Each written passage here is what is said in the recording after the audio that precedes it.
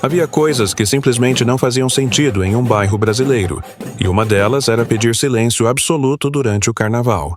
Ainda assim, foi exatamente isso que uma vizinha decidiu fazer. Seu nome já circulava em cochichos nas esquinas. A mulher que se achava dona do quarteirão, a Karen da rua. Ela não suportava o som das marchinhas, os batuques de ensaio das escolas de samba, ou até mesmo o barulho comum de risadas e músicas vindo das casas vizinhas. Para ela, qualquer ruído era uma afronta pessoal, mas naquele ano sua obsessão por controle ganharia contornos muito maiores. Era fevereiro, o ar quente do verão pairava pesado sobre a cidade, e a energia de festa já estava por todos os cantos.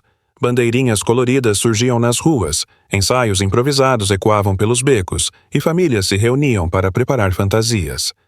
O bairro respirava carnaval. Todos sabiam que os dias que se aproximavam eram de alegria coletiva, um momento onde diferenças se apagavam e o som dos tambores unia até desconhecidos. Mas, para Karen, cada batida de tambor era um lembrete de que o mundo não girava em torno do seu conforto. Ela começou com reclamações discretas, telefonemas para a associação de moradores, relatórios formais com linguagem exagerada, descrições de barulho insuportável e perturbação à paz pública. No início, a diretoria da associação até tentou levar a sério. Afinal, o regulamento interno tinha cláusulas sobre ruídos excessivos. Mas logo ficou claro que a mulher não buscava equilíbrio, queria silêncio absoluto. Não apenas à noite, mas também de dia. Não apenas para festas grandes, mas até para rádios ligados em volume moderado. Em pouco tempo, Karen acumulava dezenas de queixas formais, enviadas quase todos os dias. Enquanto isso, a comunidade se organizava para o carnaval.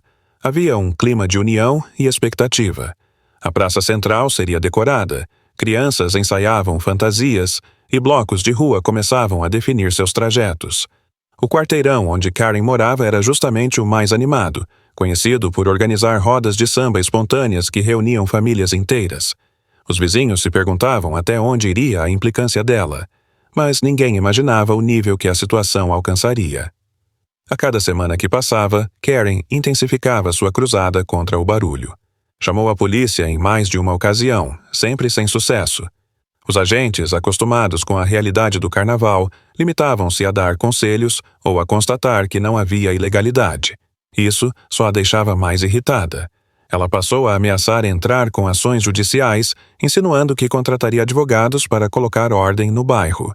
Chegou a pregar cartazes na própria porta, pedindo silêncio total, como se pudesse impor uma lei particular. Os vizinhos, no começo, tentaram lidar com paciência. Alguns até reduziram o volume das músicas mais cedo, na esperança de apaziguar os ânimos. Mas nada era suficiente. Karen parecia se alimentar do conflito. Quanto mais cediam, mais ela exigia. Logo, a percepção mudou. Não se tratava mais de uma vizinha incomodada. Tratava-se de uma tentativa de sufocar a essência cultural do bairro, justamente em sua época mais vibrante. Foi então que a primeira fagulha de revolta surgiu. Um grupo de moradores, cansados das constantes reclamações, reuniu-se de maneira informal. Ali, em uma varanda iluminada por luzes de Natal que ainda não tinham sido retiradas, alguém lançou a ideia. E se o bairro respondesse à altura? Se Karen queria silêncio absoluto, talvez fosse hora de mostrar a força do contrário. O barulho absoluto. A proposta parecia de início apenas uma provocação engraçada, uma forma de desabafar. Mas rapidamente começou a ganhar forma. Os moradores perceberam que tinham um ponto em comum. Todos estavam exaustos da tirania da vizinha. E mais do que isso, todos estavam unidos pela paixão pelo carnaval. A ideia de transformar a rua de Karen no palco do bloco mais barulhento da cidade começou como uma piada, mas, em poucas semanas, já se tornava um plano. Enquanto Karen escrevia suas reclamações diárias, o bairro inteiro se organizava em silêncio, um silêncio cheio de intenções. O carnaval estava chegando, e Karen ainda não fazia ideia do que a esperava. Enquanto Karen seguia sua rotina de escrever queixas e enviar e-mails carregados de indignação para a associação de moradores, algo acontecia no subsolo social do bairro. Não era literal, mas simbólico. Reuniões discretas, conversas cochichadas entre vizinhos, trocas de mensagens em grupos privados de WhatsApp. A conspiração crescia silenciosa, organizada como um ensaio secreto para um grande espetáculo. Os moradores já estavam cansados de ceder espaço. Eles sabiam que, se não reagissem, em breve Karen estaria tentando ditar até a cor das roupas, a forma como penduravam roupas no varal ou a hora exata em que deveriam chegar em casa. Para ela, qualquer detalhe era motivo de incômodo. A gota d'água havia sido o cartaz que pregara no portão, exigindo silêncio absoluto. Respeite meu direito ao sossego. Aquilo soou como uma provocação pessoal para todos. Foi nesse contexto que a ideia do bloco de rua mais barulhento da cidade deixou de ser apenas uma brincadeira. A primeira reunião aconteceu em uma garagem apertada, onde cabiam pouco mais de 10 pessoas. Vieram músicos amadores com seus instrumentos, pais de família, jovens universitários e até senhoras conhecidas por participar de pastorais, mas que também tinham o samba correndo nas veias. Todos com o mesmo objetivo: dar a resposta mais carnavalesca possível para a mulher que odiava o carnaval. O plano começou a se delinear. Não seria apenas um bloco, mas um desfile improvisado bem na porta da casa de Karen. Com bateria completa, carros de som, fantasias chamativas e, acima de tudo, uma multidão barulhenta. A rua dela seria o epicentro do batuque e não haveria nada que pudesse fazer para impedir. A cada encontro, os detalhes ficavam mais claros. Definiram um nome para o bloco, uma mistura de deboche e identidade cultural. Bloco do Barulho Santo. A ironia era evidente. A conspiração ganhou força. Os músicos ensaiavam em locais diferentes para não levantar suspeitas. Cada família ficou responsável por parte da logística. Alguns fariam fantasias, outros organizariam a comida e bebida, outros cuidariam da divulgação entre amigos e conhecidos de outros bairros. O segredo era mantido com disciplina quase militar, mas o clima era de festa antecipada. Havia um brilho nos olhos de cada participante, como se todos estivessem prestes a testemunhar um momento histórico da vizinhança. Enquanto isso, Karen seguia em sua bolha. Escrevia relatórios cada vez mais longos, registrava ocorrências que nunca davam em nada e acreditava que estava vencendo a guerra. Não percebia que, ao seu redor, uma comunidade inteira se unia contra ela. Sua obsessão pelo silêncio só aumentava. Passava horas na janela, anotando nomes de quem ousava colocar música, até mesmo em volume baixo. Mandava mensagens agressivas em grupos da associação, sempre exigindo que os vizinhos respeitassem suas regras pessoais. Mas, do outro lado, ninguém mais levava a sério. Na calada da noite, a preparação se intensificava. Costureiras improvisavam fantasias com tecidos brilhantes. Jovens grafiteiros pintavam faixas coloridas com frases provocativas, prontas para serem exibidas durante o desfile. Ensaios secretos da bateria ecoavam discretamente em um galpão emprestado, onde os tambores vibravam com uma energia quase conspiratória. O plano já não era apenas sobre carnaval, era sobre resistência, sobre provar que ninguém poderia sufocar uma cultura tão enraizada. A expectativa crescia. Alguns moradores até temiam que a polícia pudesse intervir quando o bloco fosse às ruas. Mas, curiosamente, havia policiais no bairro que também participavam das reuniões. Eles garantiam que não haveria repressão, desde que tudo fosse dentro da legalidade. O bloco, afinal, era apenas uma manifestação cultural, e o direito à festa estava assegurado. Isso tranquilizou os organizadores. A sensação era de que estavam prestes a fazer justiça, mas com ritmo, cor e alegria. Os dias passavam rápido, e o carnaval se aproximava. Karen, cega ao que estava por vir, continuava sua rotina de reclamações. Chegou ao ponto de instalar câmeras de vigilância na frente de sua casa, para monitorar o barulho dos vizinhos. As câmeras, ironicamente, registrariam o que seria a maior derrota de sua vida. Na véspera do carnaval, a energia no bairro era quase palpável. Havia segredos no ar, sorrisos cúmplices trocados entre vizinhos e uma expectativa silenciosa que contrastava com o estrondo que estava prestes a explodir. Alguns moradores se perguntavam se seria demais, se não estavam indo longe demais.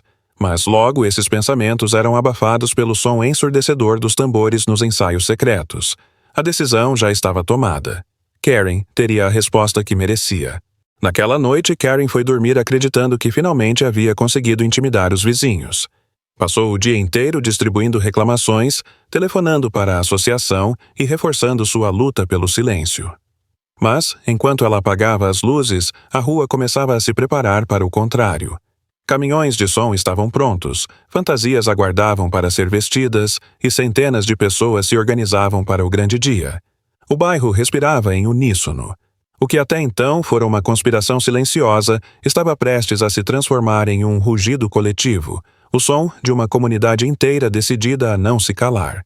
E assim, na madrugada que antecedia o carnaval, a tensão pairava sobre a rua como um prenúncio inevitável. Karen ainda sonhava com silêncio. Mas o que a aguardava era o exato oposto. O sol nasceu forte, como se até o clima estivesse disposto a participar da vingança coletiva. Era o primeiro dia oficial de carnaval, e as ruas da cidade já pulsavam com a energia característica da época. Crianças corriam fantasiadas, adultos vestiam adereços coloridos, e o som dos tambores se espalhava por todos os cantos. Mas naquele bairro específico, havia uma expectativa diferente no ar. Algo mais pesado, mais concentrado. Não era apenas festa, era também justiça popular. Desde cedo, os moradores se organizavam em silêncio coordenado, uma calma aparente que escondia a tempestade prestes a acontecer. Carros de som estacionavam discretamente em ruas próximas para não levantar suspeitas. Pessoas chegavam com fantasias guardadas em sacolas, fingindo normalidade. Mas bastava um olhar mais atento para perceber que algo grande estava prestes a acontecer. Karen, como de costume, começou o dia monitorando a rua. Vestia-se como se fosse enfrentar uma guerra. Roupas discretas, expressão severa, celular na mão, pronta para registrar qualquer coisa que pudesse servir de prova contra os vizinhos.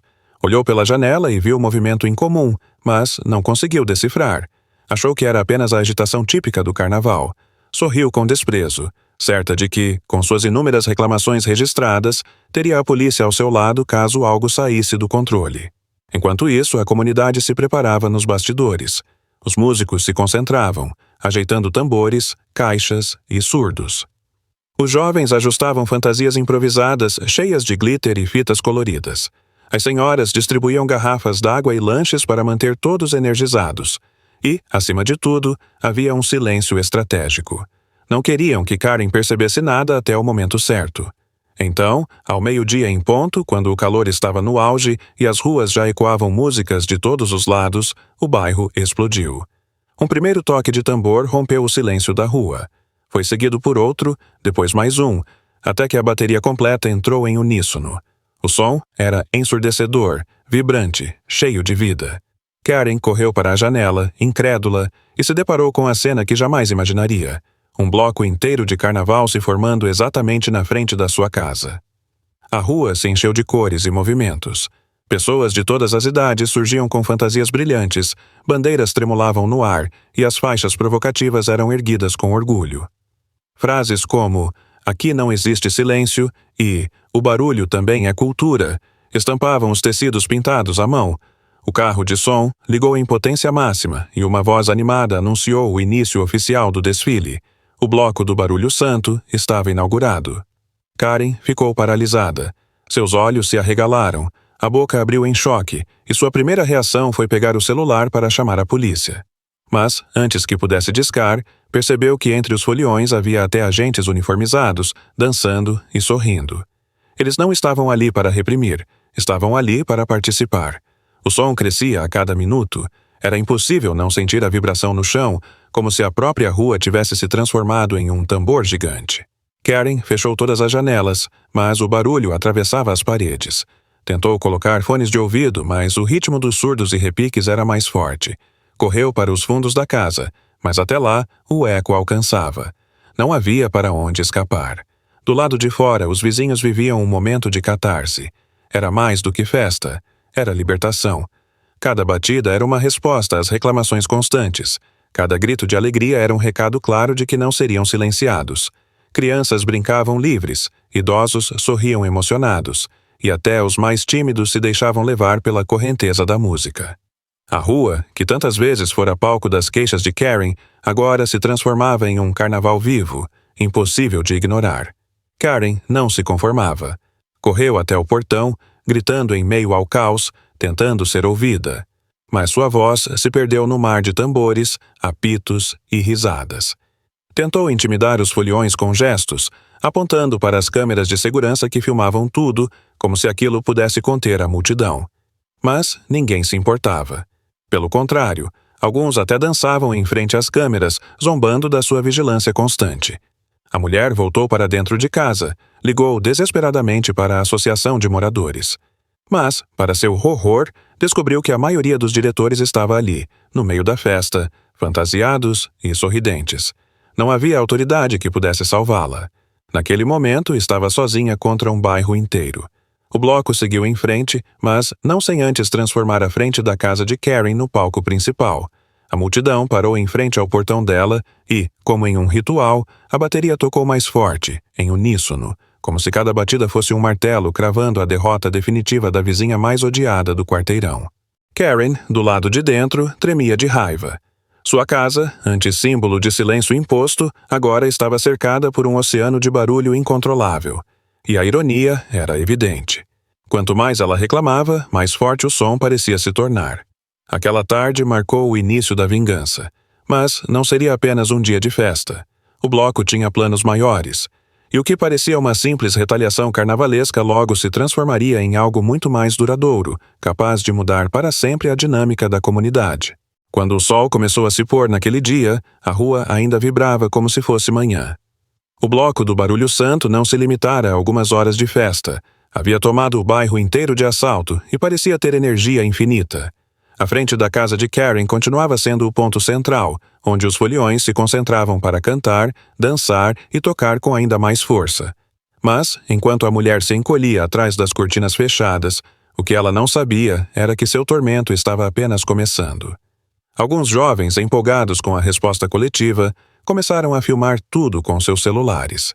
Gravaram a chegada do bloco, os instrumentos batendo no ritmo perfeito, as fantasias coloridas e, claro, os gestos desesperados de Karen tentando mandar todos embora.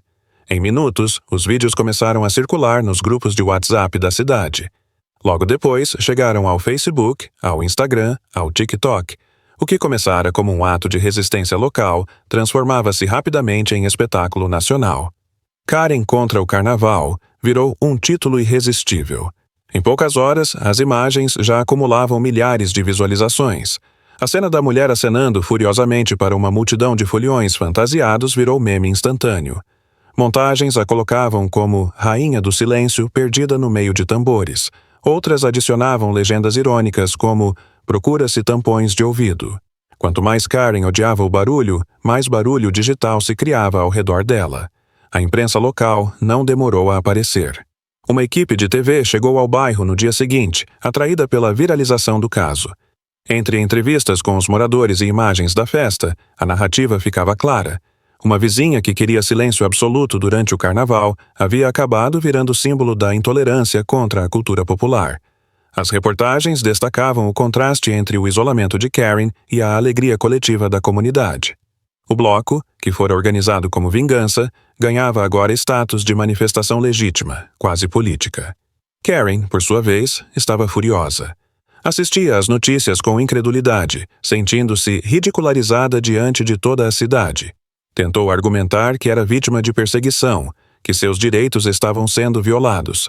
Mas sua imagem já estava consolidada. A mulher que tentava calar o carnaval. Cada aparição sua na TV era acompanhada de comentários sarcásticos nas redes sociais.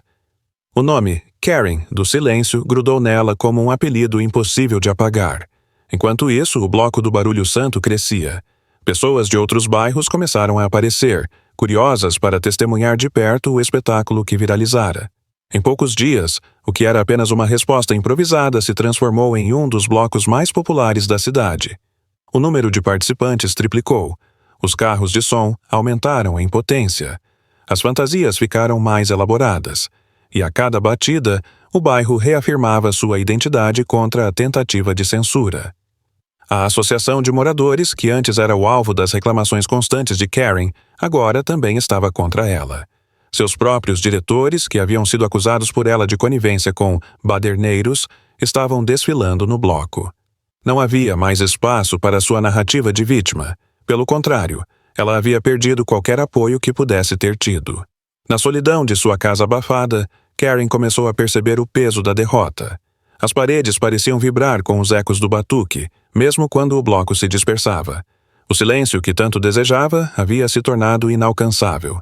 E pior, fora transformada em piada pública, Um personagem caricato que representava a incapacidade de aceitar a própria cultura. Mas Karen não desistiria tão facilmente. Seu orgulho ferido a impedia de aceitar a derrota. Reuniu documentos, registrou boletins de ocorrência, contratou um advogado. Tentaria levar a batalha para os tribunais. Acreditava que, com a lei ao seu lado, conseguiria se vingar da comunidade.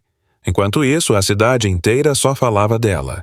A cada reportagem, a cada vídeo viral, a distância entre ela e os vizinhos aumentava. O bairro, antes dividido entre pacientes e irritados, agora estava unificado contra sua figura. O bloco, que no início tinha sido uma conspiração silenciosa, agora era um movimento consolidado, um evento oficial no calendário informal da comunidade. O carnaval avançava, mas, para Karen, parecia um pesadelo sem fim. Cada dia trazia mais tambores, mais foliões, mais câmeras filmando sua casa. O que ela acreditava ser apenas um incômodo temporário havia se tornado parte da identidade coletiva do bairro. O barulho, que tanto odiava, havia se tornado o som da sua própria derrota. E quando as cinzas da quarta-feira se aproximavam, trazendo o fim oficial do carnaval, Karen acreditava que finalmente teria paz. Mas estava enganada, porque o bloco do Barulho Santo já não era mais apenas uma festa. Tornara-se um símbolo. E símbolos não morrem com o fim do calendário. Quando o último eco dos tambores se dissipou com o fim do carnaval, Karen acreditou que finalmente recuperaria sua vida de silêncio. Mas bastou a manhã seguinte para perceber que estava enganada. A rua ainda carregava os resquícios da festa, confetes espalhados pelo chão, garrafas vazias e vizinhos sorridentes relembrando os melhores momentos. Pior do que o barulho dos dias anteriores era agora o silêncio repleto de lembranças que a atormentavam mais do que qualquer música alta. Determinada a não ser ridicularizada para sempre, Karen tomou uma decisão. Se não conseguira vencer nas reclamações e nem com a polícia, tentaria nos tribunais. Acreditava que a lei estava ao seu lado, que poderia enquadrar o bloco e os vizinhos como infratores, culpados por perturbação da ordem e dano moral. Contratou um advogado renomado, alguém conhecido por ser rígido e implacável, e apresentou uma pilha de documentos. Eram registros de ocorrência, cópias de reclamações à associação, fotos e até horas de filmagens de câmeras de segurança. Na sua mente, o caso era claro. Ela era uma vítima. A mulher que apenas buscava paz em sua própria casa. O advogado, ao ouvir seu relato, acreditou que poderia transformar aquilo em um processo milionário. Falou em indenizações, em multas, em medidas que restringiriam festas futuras. Karen sentiu-se revigorada, como se finalmente tivesse encontrado a arma certa para derrotar seus inimigos. Mas havia algo que ela não previa: a força da comunidade. Assim que a notícia do processo se espalhou, os vizinhos se mobilizaram novamente. O mesmo espírito de união que organizara o bloco ressurgiu, agora direcionado para enfrentar a batalha legal. Famílias inteiras se ofereceram para testemunhar. Pessoas que antes pouco se falavam agora estavam unidas por um objetivo comum: impedir que Karen destruísse o carnaval e a liberdade do bairro. Até advogados moradores da região ofereceram seus serviços de forma voluntária, movidos pela indignação de ver uma tradição tão forte sendo atacada. Quando a primeira audiência aconteceu, o tribunal não parecia uma sala de justiça comum. Estava lotado de vizinhos vestidos com camisetas coloridas, estampadas com o nome do bloco. Muitos levavam apitos, tambores pequenos e até faixas. O clima era quase festivo, em contraste gritante com a postura sisuda de Karen e seu advogado. O juiz precisou intervir para manter a ordem, mas era impossível ignorar o peso daquela multidão. Karen apresentou suas provas, falou longamente sobre o tormento psicológico que sofrera, descreveu noites sem dormir e alegou perseguição deliberada. Suas palavras ecoavam com formalidade, mas do outro lado, a defesa tinha algo mais poderoso: o peso da cultura e da coletividade. Os advogados da comunidade argumentaram que o carnaval era patrimônio cultural brasileiro, protegido por lei.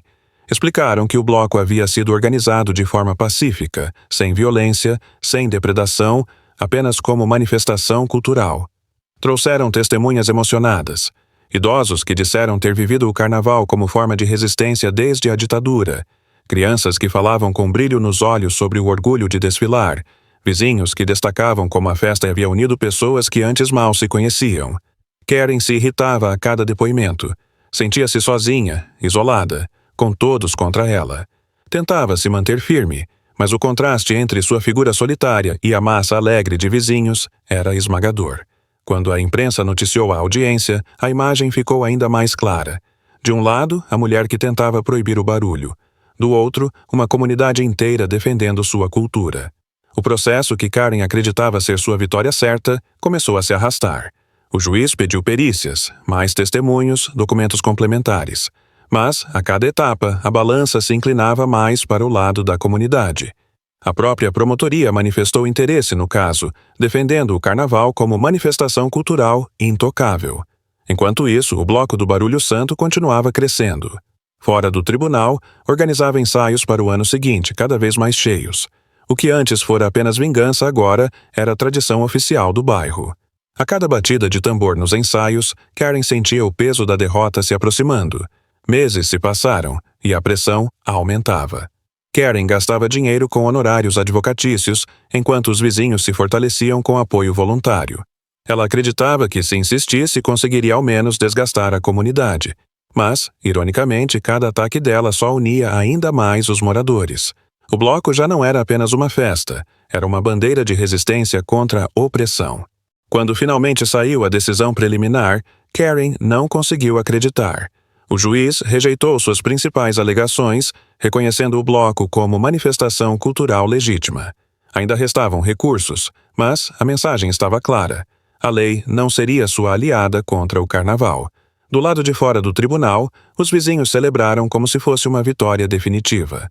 Tambores tocaram, apitos soaram e a multidão cantou como se fosse mais um desfile. As imagens voltaram a circular na internet, reforçando ainda mais a imagem de Karen como inimiga pública da alegria. Dentro de casa, sozinha, ela chorava de raiva. Não aceitava a derrota. Jurava para si mesma que ainda encontraria uma forma de se vingar. Mas, no fundo, começava a perceber que estava lutando contra algo maior do que ela podia controlar. Quando Karen acreditava que ainda tinha alguma chance nos tribunais, a realidade se impôs de maneira definitiva. A cada recurso que tentava, a justiça reafirmava o mesmo princípio. O carnaval era protegido por lei, e o direito coletivo à cultura estava acima da sua obsessão individual por silêncio. O processo, que ela imaginava ser sua salvação, tornou-se um poço sem fundo de frustrações. Custos altos, respostas negativas e o olhar de desprezo constante da comunidade a cada aparição no tribunal. Enquanto isso, o bloco do Barulho Santo florescia. No ano seguinte, não apenas voltou às ruas, mas retornou maior, mais estruturado, com patrocínio de comércios locais e cobertura oficial da imprensa. O que começara como uma vingança improvisada se transformara em evento tradicional do calendário da cidade. Famílias inteiras já se programavam para estar presentes. Visitantes vinham de bairros vizinhos, e até turistas começaram a aparecer, curiosos para conhecer o bloco que derrotou a Karen do Silêncio. O nome dela, antes uma tentativa de impor respeito, tornara-se sinônimo de piada. Em todas as redes sociais, Karen do Silêncio era citado como um personagem folclórico, quase uma lenda urbana moderna. Meme após meme reforçava sua imagem como a mulher que tentou calar o carnaval e acabou esmagada pelo som de uma comunidade inteira. O apelido, que ela odiava, tornou-se inevitável. Dentro de sua casa, Karen vivia cada vez mais reclusa. Já não saía para conversar, evitava encontros, e até mesmo passeios simples eram raros. Cada olhar de vizinho era para ela um lembrete do fracasso. O silêncio que tanto buscava agora era um silêncio de solidão, pesado, sufocante. A rua que antes queria controlar tinha se tornado um espaço do qual estava excluída. Mas, para o bairro, sua derrota era apenas parte da história. O verdadeiro triunfo era a união que havia nascido de sua tentativa de censura. Os moradores, antes dispersos, agora se reuniam com frequência. Criaram associações culturais, organizaram oficinas de música para crianças, aulas de dança para idosos e festivais menores ao longo do ano. O barulho, antes motivo de reclamações, agora era visto como símbolo de vida e resistência. Na terceira edição do Bloco do Barulho Santo, a transformação ficou clara. A rua inteira foi tomada por cores, bandeiras, fantasias e ritmos. Os carros de som estavam mais potentes, a bateria mais organizada, os foliões mais numerosos. E no meio da multidão, um estandarte enorme trazia a frase que se tornara lema: "Aqui, o silêncio não manda". Karen assistia tudo de trás das cortinas fechadas, incapaz de aceitar. O som atravessava as paredes, vibrava no chão, entrava por cada fresta. Era como se a própria casa fosse invadida por aquele ritmo que tanto odiava. Em um momento de fúria, chegou a tentar ligar novamente para a polícia. Mas já não havia resposta. O caso estava encerrado, a lei não a protegia, e as autoridades viam o bloco como parte legítima da cultura local. O barulho que ela tanto combatia não era mais um inimigo. Era patrimônio. E assim, ano após ano, a história se repetia. A cada carnaval, o bloco do Barulho Santo crescia, atraindo mais pessoas, mais câmeras, mais atenção. O bairro inteiro se enchia de orgulho, transformando-se em ponto de referência cultural. E Karen, aprisionada em sua própria obsessão, continuava sendo lembrada apenas como a mulher que tentou lutar contra algo impossível de calar. O mais irônico era que quanto mais tentava se esconder, mais sua imagem se espalhava. O bloco não apenas desfilava, também fazia questão de reencenar, de forma teatral, o episódio inicial. Sempre havia alguém fantasiado de Karen, com cartazes pedindo silêncio, sendo derrotada pelo barulho da bateria. Era o ápice do desfile, o momento mais esperado, registrado por todos os celulares, compartilhado nas redes, perpetuando a lenda. No fundo, Karen havia conquistado a eternidade que tanto buscava, mas não da forma que imaginava. Não seria lembrada como defensora da paz, nem como uma vizinha preocupada com o sossego. Seria lembrada como a inimiga derrotada pelo som do carnaval. Seu nome seria sempre acompanhado de risos, de batuques, de glitter e confete. E assim, em cada batida de tambor, em cada acorde de cavaquinho, em cada grito coletivo de alegria, ecoava a vitória do bairro. O silêncio absoluto que Karen exigia jamais voltaria a existir. O barulho havia se tornado eterno.